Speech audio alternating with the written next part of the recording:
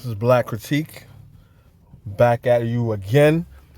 Now, for those you may know or don't know, depends what media outlet you're looking at. If you're a Republican, you probably don't even know or don't care.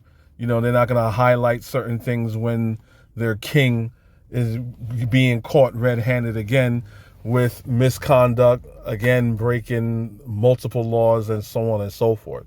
So right here, we're going to talk about Trump's document dump, or Trump and dump sound like the same thing. So I try to talk really clear so you can understand which one I'm talking about, right? They're both pieces of shit. Dump, Trump dump. Anyway, so yeah, he was pretty much, he had documents in the White House, right, that you're not supposed to take away from the White House. So strike one, he breaking the rule right there. Then he takes it to Mar-a-Lago, right? Does what he wants to it there. Something like people like Condoleezza Rice and other people has said that he has ripped up documents. That's illegal. You can't do that, right? Sometimes if it's like, I guess, really serious or something that he doesn't like, he burns it. You know, so a lot of things. Some people say, yeah, he even flushed it down the toilet. A lot of people are in his own cabinet is saying things like this, right? Yeah, I love this toilet. I think I'm about to do this to my toilet right now. Just I love that toilet. Anyway, right? So a lot of document dumping was going on because certain documents that they know they issued Trump, they said, okay, can we get it back? The National Archive, National Presidential Archive. Can I get it back? Oh, we don't have it. What you mean you don't have it? Number one, not even supposed to be out the White House. Where is it? Oh, it was destroyed. I'm the president. I could do that. I'm the president. I could do. No. This is not. You're not Vladimir Putin. You just can't do whatever you want and say you're the president, and that's what it. And that's supposed to be fine. America has rules and laws for everybody, from the highest position in the land to the lowest position in the land to everyday citizens. You're not the king of America, right? So I hope he gets prosecuted, right? Like, you ever wondered why? Because remember, he did this at Mar-a-Lago. Remember, Trump used to be right here in New York in Trump Tower. They had a lot of protests about Trump and all the things he was doing. Like, one thing that he did was Trump University, which was a scam. Trump has to run scams, right? That's why he's like I was watching an episode of Family Guy. It was like Trump, he's basically, you could say something about him. Yes, he has real estate, but he's probably cash poor. If you saw that episode of Family Guy, they were like, yeah, you're not rich. You're not worth that much. You're cash poor. And he got mad. Why? Because he doesn't really have that much money, right? He's known for evading taxes. He doesn't hand in his taxes. He doesn't pay people that work for him on his construction projects and his casino. He doesn't do things like that. He's been bankrupt like 5-6 times, right? He did Trump University right here in I believe it was here in New York also. It was a fraud. It was a scam. He had to give people back their money because it was fraudulent and people were suing. Another case that he lost, along with the election was stolen and all this other stuff, right? So that's why he moved to Mar-a-Lago in Florida, because you got the New York prosecutors here are prosecuting him for other crimes that he's done, and they couldn't do it because they were saying, oh, you can't really do it to the sitting president or whatever, and yada yada yada, which is bullshit. But they waited till afterwards and they did all these things, and hopefully they'll be prosecuted on tax evasion and fraud and all these other things. But that's besides the point. So I'm going to give you a official political commentary of what's going on so far. Let's bring in Jill Wine-Banks, former assistant special prosecutor in the Watergate investigation, now an MSNBC contributor, and Elie Mystal, justice correspondent at The Nation. Thank you both. Jill, let me start with you. Beyond the Presidential Records Act, which comes with its own criminal penalties, this morning the Daily Beast reported that stealing government documents is punishable under the U.S. Criminal Code with fines, prison, and disqualification from holding federal office. What is your reaction to this toilet story, and how exposed is Trump legally here? Well, of course, I can't resist thinking of the White House Plumbers Unit, which was meant to plug leaks, as opposed to the plumbers we now need to unplug the clog. So sorry about that. This 2071 of Title 18, which is the criminal code, does allow a punishment of never being able to hold federal office again for violating it. And it is quite obvious that the actions of the president in concealing these documents, assuming that it wasn't just an accidental removal to Mar-a-Lago, is guilty of that. And if he was prosecuted, he would never be able to hold office again. There is, of course, a political consequence that is being discussed, that maybe the current administration does not want to invoke that law so that it doesn't look like they are trying to stop him from running again. I think the American people deserve to have him prosecuted for that. We need to know how he got those documents first. So on that note about prosecution, Elie, this is a big deal, is it not? And if it is a big deal, where on earth is the Department of Justice? Dare I ask, where again is Merrick Garland?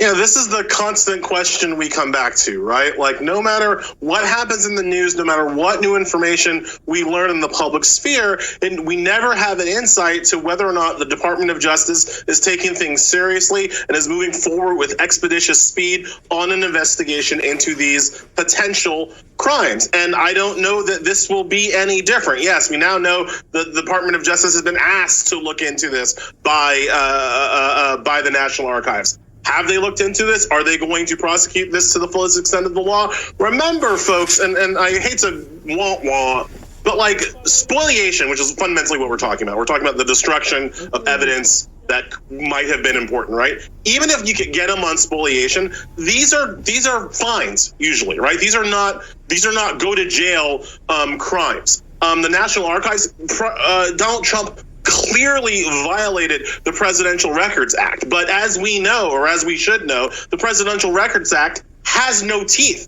And that's not me saying that. That's former archivists saying that. There's no real penalty for a president to violate the Records Act. So this idea of prosecuting him under the same act that we used to prosecute Oliver North, the manipulation and destruction of classified documents. If you can get him on that, you have to. I have nothing to hide. I have nothing to hide. Nothing to hide. I'm not keeping anything under wraps. I have absolutely nothing to hide. Jill Wine-Banks and Elie Mystal are still with me to talk about a former president who has nothing to hide. One of the reasons he often doesn't have to hide is because reporters seem to keep big stories to themselves. Jill, Maggie Haberman's book is the source for this toilet story. Why keep that story for a book? Why not report it in real time as you learn the story? Bob Woodward did the same. He spoke to Donald Trump at the start of the pandemic, and Trump said, well, actually, this is worse than the flu. It's really bad, and publicly said otherwise. Woodward didn't tell us. He saved it for his book. Isn't that really dangerous for our democracy? I mean, Jill would know better than me, right? You have benefited from actual reporters doing their job instead of reporters trying to sell books. So, floor is yours, Jill. Jill, I think in terms of the ethics, they should disclose this immediately. But there are so many people who are withholding information. And some of this is very important information. We haven't gotten to the gap in documents yet.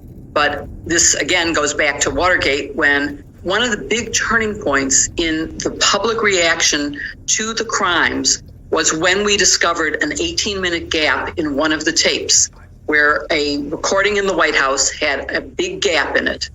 And Yes. the reason that things like the telephone logs that are now missing or have been prevented from ever being created by his using cell phones that belong to himself personally or to other people so that they, like a mob boss, so that you wouldn't get caught on your own phone that could be traced to you. That is really criminal. And it's important not just to the history of the country so that future historians can review the records, but of course it's important right now as we look to find out what did the president know and when did he know it? What did he do with the information he had on January 6th as the insurrection was happening? These are important pieces of evidence that could be used for criminal prosecutions, but are also crucial to creating new laws. We clearly need amendments to the Presidential Records Act. The Emoluments Act needs to be clarified, what the criminal penalties are. We shouldn't have to rely on 2071 of the criminal code for someone doing this. Stealing the documents, if you went into the archives and stole them, that's clearly been prosecuted. Sandy Berger from the Clinton administration was prosecuted for that. But I know, this is never getting them. But as Ellie points out, there's a whole thing about Trump and the politics of this. Not just the politics. Ellie, I want to bring you back in before we run out of time. The media coverage. Hillary Clinton, emails, the centerpiece of 2016's presidential election coverage. And now we get this, and we all know, you and I and Jill and others will be talking about something else next week. We will move on because there's just too many Trump scandals, and we just don't give it the same attention, do we? The people who installed Trump in office, the American mainstream media, which installed Trump in office, which gave him coverage that no person should have gotten for free, has never had an accounting and never had a reckoning with itself about what it did wrong. And so they are doing it again. This is why this kind of stuff comes out from in a book by a person who laundered Trump's reputation the entire time he was actually in office, right? This is why the literal flushing of documents is on page A15, whereas a Hillary email story was on the front page of the New York Times every other day for a year. The New York Times has never looked at itself and be like, how did we screw this up? Because they don't care and they're preparing to do it again. And again, here's something that Jill said that I want to pick up on. One of the key Briefly, we're out of time. Briefly, Ellie. In Watergate, everybody was trying to figure out if Nixon was a crook. Here, we all already know Trump is a crook. We're waiting for people to care. Yes, indeed. Well said. Jill Wine-Banks and Elie Mystal, appreciate the conversation. Trump's staples during the 2016 campaign, repeated attacks on Hillary Clinton over missing emails. Now we're learning President Trump's own record keeping was shockingly reckless and possibly illegal. Let's bring in CNN's Brian Todd. He's working the story for us. What's the latest, Brian? Well, tonight, watchdog groups, historians, and others are openly questioning what could be missing from President Trump's records while he was in office. We have new information on Trump ripping up some records while he was in the White House and taking other material with him when he left. This is the biggest scandal since Watergate. This from the man who would not stop slamming Hillary Clinton in 2016, accusing her of hiding something after she used a private server for emails. 33,000 emails disappeared. They should lock her up. Likely including classified information. Honestly, it's disgraceful. Hillary Clinton is guilty. But 3 former White House officials now tell CNN they saw Donald Trump on several occasions while he was president rip up documents, drafts, and other materials that he'd finished reviewing or otherwise wasn't interested in, allegedly breaking the law, the same thing he once accused Clinton of doing. People who have nothing to hide don't bleach. Nobody's ever heard of it. Don't bleach their emails or destroy evidence to keep it from being publicly archived as required under federal law. Trump now facing questions about whether he violated the Presidential Records Act, critical for preserving a president's record in office. Most fundamentally, it's not his property. It's not the property of any president or others in an administration who create these documents. These documents are the property of the United States. They're the property of the American people. The National Archives says Trump's representatives have told the agency they are continuing to search for additional records that should have been turned over to the archives, but which could now be missing. But that's not all. CNN has learned the National Archives retrieved 15 boxes from Trump's Mar-a-Lago residence last month. Boxes containing documents, letters, other mementos Trump took with him when he left office. Things like a so-called love letter from the North Korean dictator. I just got a great letter from Kim Jong-un. Other items in those boxes, according to the Washington Post and New York Times, a letter from former President Obama to Trump when Trump took office, and a map Trump drew on with a black Sharpie to show what he falsely said was the track of Hurricane Dorian to Alabama in 2019. Hillary Clinton is now trolling Trump's record-keeping, or lack thereof, on Twitter, with this link to merchandise her PAC is selling, including a mug that Riley says, but her emails? Historian Tim Naftali is concerned. What are we not getting back? The fact that the president had a habit, and it's been documented, of tearing up records raises the question, what got burned? What got shredded? Those are troubling. Contacted by CNN, a person close to Trump denied that anything nefarious took place regarding the handling of documents and other materials. Wolf? All right, we'll stay on top of the story. Brian, thank you very much. Former White House officials telling CNN that they saw Trump rip up documents as president. Now, we're also learning the National Archives retrieved 15 boxes from Mar-a-Lago last month containing documents, memos, like the so-called love letters from Kim Jong-un. That's according to the Washington Post. And the Sharpie map, remember that one that Trump drew tracing the wrong path of the Hurricane Dorian? That's according to the New York Times. So those things don't belong to Trump. What does this say about his disdain for the rules? Like they're in boxes at Mar-a-Lago? What? Yeah, this is really like a miniature of the larger problem that is still, I think, going on and still unresolved how it's going to turn out, which is that many of the constraints that we thought inhibited a president from violating traditional norms and kind of trampling over the Constitution turned out to be much flimsier than anybody expected.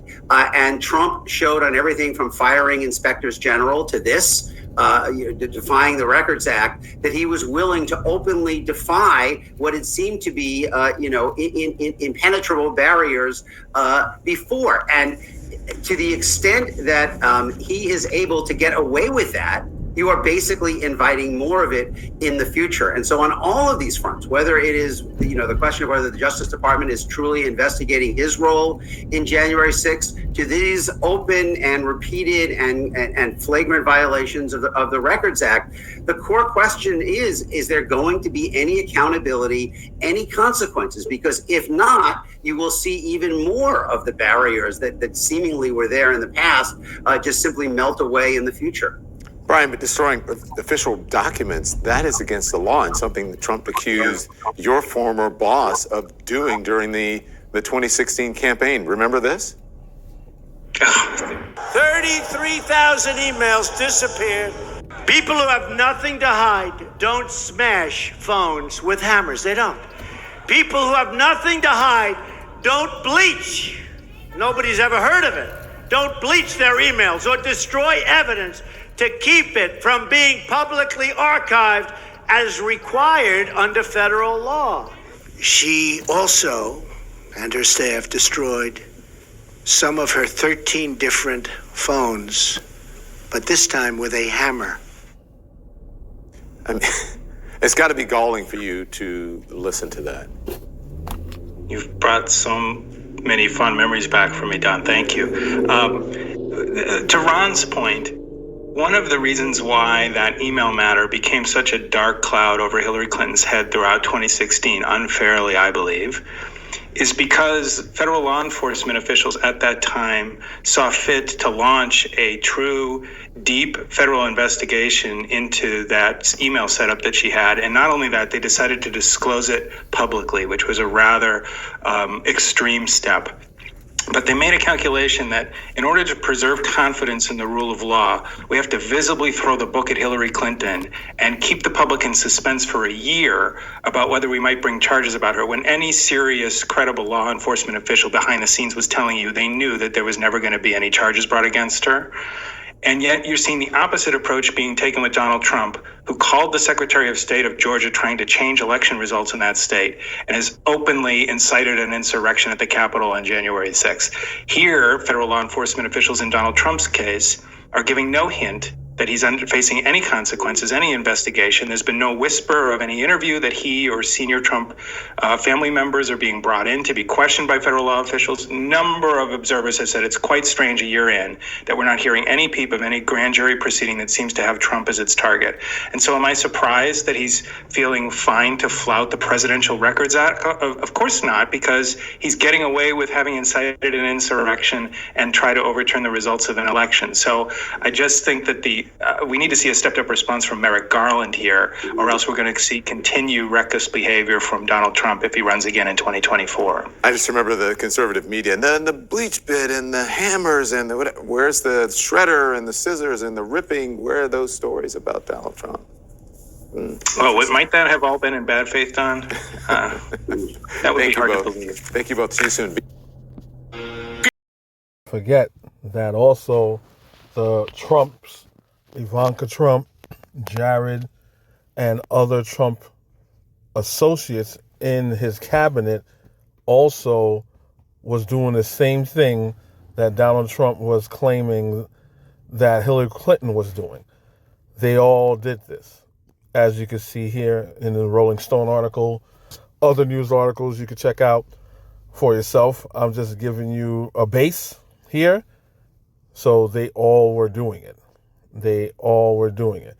So it's typical. You know, Donald Trump says, hey, you do all these things, you're breaking the law, lock her up, lock her up. So by Donald Trump's own logic, right, holding the rule of law, he's supposed to be so-called law and order. That's a goddamn joke, right? He should be responsible. He's the president. He should be responsible for that, but we're not even going to do that, right? Because I don't see anything of he having his own private email server. His only thing he types on is Twitter. You know what I'm saying? Because you can't even type nothing that long or that intricate because Donald Trump is a simple-minded idiot. So, yeah, I'm not surprised that he probably doesn't have any emails because he can't type anything as long as an email. But, by Donald Trump's logic, his daughter, his son-in-law, they should be locked up, right? Because they're guilty of the same thing that Hillary Clinton was doing. See, so all these nefarious things that Trump has done is the reason why people don't like him, don't trust him. Even some Republicans, a lot of people left his cabinet because it was crazy. You had very right-wing, warmongering, racist people, saying that was a part of his cabinet, speaks against him. There's infighting, McCain. McCain is a warmonger and everything. McCain doesn't like him. Freaking Dick Cheney doesn't like him. That's how you have reached the pinnacle of the mountaintop of right-wingers when you got people who committed war crimes and are racist and break rules say whoa, now that's going too far. If they're saying that about you, that's how you know how dire and serious the Trump administration is. Yeah, so this is why I don't trust Donald Trump, because as we've gone over here, as a person, he's a horrible human being as a person with lying in his regular business. As a businessman, he's a horrible person, right? He's not that great of a person individually when you look at his personal life, right? So he's not a good human being in his personal life. He's a crooked businessman, right? And then, so if you all these things in your personal life and in your business, you're going to be like that as a president. That's why I don't understand people, like I say, minus the racism and minus him pretending to be Christian, holding the Bible upside down, minus him being, how should I put it? A loyal husband right? You banging porn stars while your tether wife is pregnant and all these things, right? Going against immigrants, but your immigrant wife that's an immigrant, it's not a U.S. citizen, she's okay, but we all know that, right? So all these things, minus all those things, right? He has no redeeming quality that would make him fit to be a president, right? When you look at his business, right? Okay, the guy went bankrupt a whole bunch of times, and he doesn't pay his workers that does the construction, right? He does these Trump University scams and all these other little scam deals, right?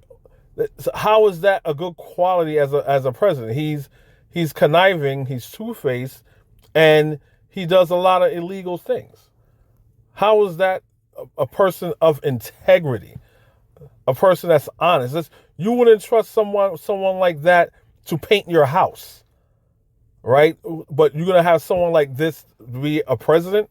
It makes no sense. I do not understand people and that criteria that I just set aside, minus the racism, minus the racism, minus the whole, he's not a good person per se as like a husband and things like that. Minus that, right? You could be a shitty husband and all these other things and stuff like that, and you can still be a good leader, right? But he doesn't have leadership qualities, right? So minus all that, what do you have? You don't have anything good. So it all boils down to people voted for Trump because they're upset with the Clintons and the Obamas, or they're just racist. They're their white hope. You know what I'm saying? They're their white hope. You have 8 years of a so-called black man, right? He did a lot of shucking and jiving for white people, but just the very fact that Obama has that position really eggs a lot of racists. So Trump is just the racist white hope that they always want. He's like pretty much Reagan incarnate. You know what I'm saying? He's like, oh, we got our Reagan again, He's like Reagan and Archie Bunker all mixed in one. And that's why people love Trump. But anyway, I would like to get this done to my toilet. This would be awesome. Get it done to my toilet. Yeah, anyway, that's about it. Just dropping a little bit of truth here as far as since, I'm kind of on Trump a little bit. Do not like talking about Trump. He's over and done with for now, but people keep bringing him back up. He keeps coming in the limelight like he's a godsend and he doesn't have a lot of shit that he has to deal with. But anyway, it is what it is. Please remember to like, share, and subscribe. And thank you very much, as always, for listening.